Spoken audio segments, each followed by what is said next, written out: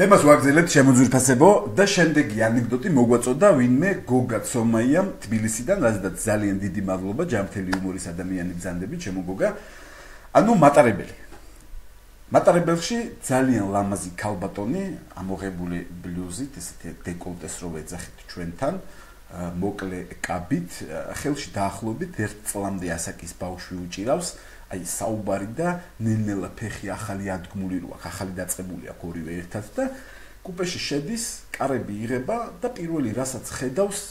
თათარი, აზერბაიჯანელი თათარი, ერთი 6 იაშიკება რო წეული აქვს ეს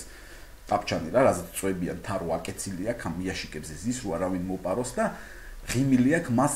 სუოქროს კბილები აქვს რა, ყველგან პირში აქვს ზარაფხანა ნაციონალური სასწაული სიგნალიზაციის დაყენება უნდა რა, როშას ერთი ის დღა დარჩა რო არავინ დაბომბოს და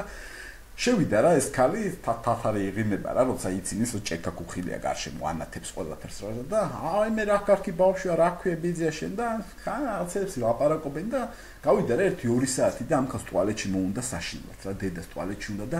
ეს ბავშვი არ შორდება, დედა გვერდიდან რაღაც ბიძია წაეთამაშება, უი დედა და ეხუტება ამ დედას და თათარს ეუნება, ეხლა ტუალეტში მინდაო, ამ ბიძუ ტუალეტში ბავშვთან ერთად ხო ვერ შევალო, გეხვეწებიო 1 წუთი დაიჭირეო, ვიციო, გამოცდილი ვარო, იწივლებსო, იკივლებსო, მაგრამ რაღაცნაირად თუ პროსტო ტუალეტამდე მივალო, უცებ შევალ და გამო. კაი კაცო, საუბარი არ არის თათარიონე, პრობლემა არ არის ქალბატონო, შენ მიდი მე დავიჭერ ბავშვს. და ბავშვი მიაჩეჩა და ბავშვმა დედა დაიწყო ტირილი, დედა კივის ანგრევს ყველაფერს ეს ქალი უცებ კუპის კარები გამოაღო, გავარდა ტუალეტში გზაში, დედა